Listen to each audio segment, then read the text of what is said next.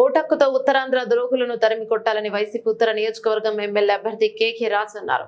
GVMC 53వ ward పరిధి Punjab hotel junction వద్ద 53 ward corporator Barkat Ali ఆధ్వర్యంలో ఏర్పాటు చేసిన వైఎస్ఆర్ కాంగ్రెస్ పార్టీ ఎన్నికల వార్డు కార్యాలయాన్ని రాజ్యసభ సభ్యులు గొల్ల బాబురావుతో పాటుగా కేకే రాజ్ శుక్రవారం ప్రారంభించారు. సందర్భంగా కేకే రాజ్ మాట్లాడుతూ గడిచిన 2 ఏళ్లలో గడప గడపకు మన ప్రభుత్వ కార్యక్రమంలో భాగంగా ప్రజల్లో విస్తృతంగా వెళ్లామన్నారు.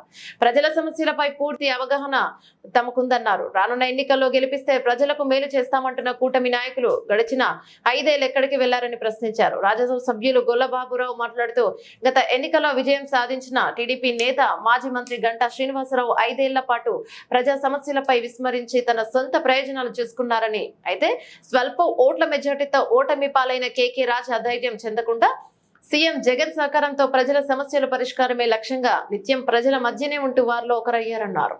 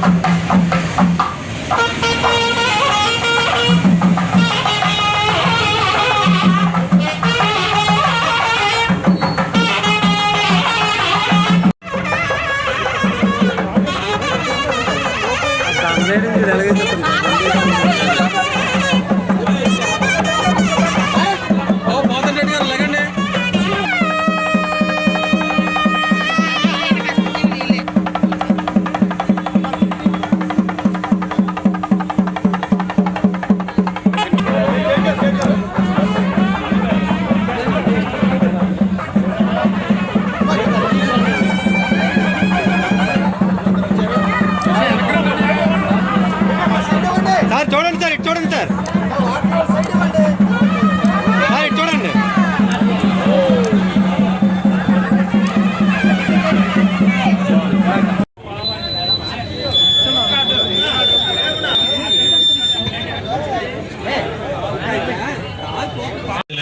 పెద్దలు గౌరవనీయులు పూజ్యులు శ్రీ గొల్ల బాబురావు గారికి, ఈ కార్యక్రమానికి గౌరవ అతిథులుగా విచ్చేసిన వైఎస్ఆర్ కాంగ్రెస్ పార్టీ సీనియర్ నాయకులు వికే పిసిపిఆర్ చైర్మన్ విశాఖ ఉత్తర నియోజకవర్గ ఎన్నికల పరిశీలకులు సోదరులు చొక్కాకు వెంకటరావు గారికి, అదేవిధంగా సోదరులు యూఎంసీ ఫ్లోర్ లీడర్ ప్రతి అవకాశాన్ని కూడా మన అభిమానులు, కార్యకర్తలు, నాయకులు విశాఖ ఉత్తర నియోజకవర్గ ప్రజల శ్రేయస్ కోసం, ప్రజా ప్రయోజనం కోసమే వెచ్చిస్తాను. ఈ రోజు మీ అందరికీ కూడా నేను ప్రామిస్ చేస్తున్నాను.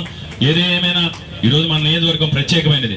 ఎందుకంటే ఈ నియోజకవర్గ చరిత్రలో ఒక ఉద్యోగం కూడా రాని పరిస్థితుల్లో ఈరోజు 15,000 నుంచి 18,000 ఉద్యోగాలు ఇచ్చే అవకాశాన్ని ఈరోజు ఈ నియోజకవర్గానికి జగన్మోహన్ రెడ్డి గారు కల్పించారు. రేపు 2025లో ఏఎంసీ మాల్ కానీ, రహేజా టవర్స్ కానీ జగన్మోహన్ రెడ్డి గారి ప్రారంభోత్సవానికి వచ్చేటప్పుడు ఆయన గర్వంగా నేను పెట్టుబడులు ఇచ్చాను, నాకు వన్ సైడ్ గా ఈరోజు సంపూర్ణ మద్దతు ఈ నియోజకవర్గ ప్రజలు జగన్మోహన్ రెడ్డి గారి నాయకత్వాన్ని బలపరిచారని ఆయన పూర్తిగా సంతృప్తి చెందే విధంగా మనందరం కూడా కష్టపడి ఈ 30 రోజులు కూడా పనిచేయాలని మిమ్మల్ని అందరినీ కూడా విజ్ఞప్తి చేస్తూ, అదేవిధంగా ముఖ్యంగా మనపై పోటీ చేస్తున్న బీజేపీ ప్రజలకు మనం ఒకటి తెలియజేయాల్సిన అవసరం ఉంది. పొరపాటున బీజేపీ అభ్యర్థికి ఓటు వేస్తే విశాఖపట్నం స్టీల్ ప్లాంట్ ప్రైవేటీకరణ ప్రతి ఓటర్కి చెప్పండి, ప్రైవేటీకరణకి మనం లైసెన్స్ ఇచ్చినట్టే. పొరపాటున బీజేపీ పార్టీ అభ్యర్థి కనుక ఓటు వేస్తే విశాఖపట్నం పోర్టర్స్ ప్రైవేటీకరణకి మనం ఆమోదం తెలిపినట్టే. పొరపాటున బీజేపీ అభ్యర్థి కనుక మనం ఓటు వేస్తే వైజాగ్ షిప్ యార్డ్ ప్రైవేటీకరణకి మనం ఆమోదం తెలిపినట్టే. పొరపాటున బీజేపీ పార్టీ కనుక ఓటు వేస్తే ప్రత్యేక హోదా విషయంలో కానీ, ప్రత్యేక రైల్వే జోన్ విషయంలో కానీ, పరిపాలనా రాజధాని విషయంలో కానీ బీజేపీ నాయకులు వ్యవహరిస్తున్న తీరుకి మనం తలొగ్గినట్టే.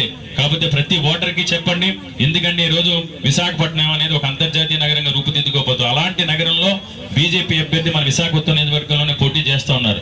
కాబట్టి ఇక్కడ బీజేపీ అభ్యర్థికి డిపాజిట్లు రాకుండా కనుక మనం ఓడిస్తే ఢిల్లీలో ఉన్న బీజేపీ నాయకులు కూడా ఆలోచన చేస్తారు, విశాఖపట్నం లాంటి నగరంలో మెట్రోపాలిటన్ సిటీలో మనకి ఎందుకు డిపాజిట్లు రాలేదని ఢిల్లీలో ఉన్న అధినాయకత్వం కూడా ఆలోచించే విధంగా మనం చాలా కసిగా చాలా కసిగా ఎక్కడ కూడా నిర్లక్ష్యం. మనం గెలుస్తాం, 100% గెలుస్తాం.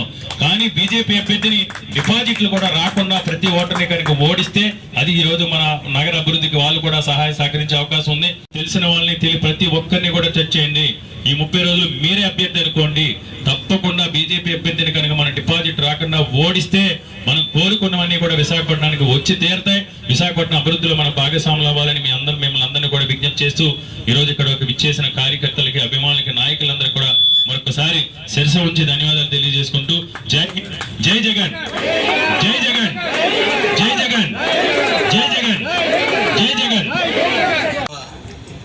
Ward YSR party office opening నాతో చేయించేటువంటి, నేను ఓపెనింగ్ చేసేటువంటి భాగ్యం కల్పించినటువంటి పెద్దలు, గౌరవనీయులు మన ఎమ్మెల్యే అభ్యర్థి గారైనటువంటి కేకే రాజు గారు, అలాగే అనేక మంది పెద్దలు, మరి ఈ వార్డు కార్పొరేటర్ శ్రీ బర్కత్ అలీ గారు,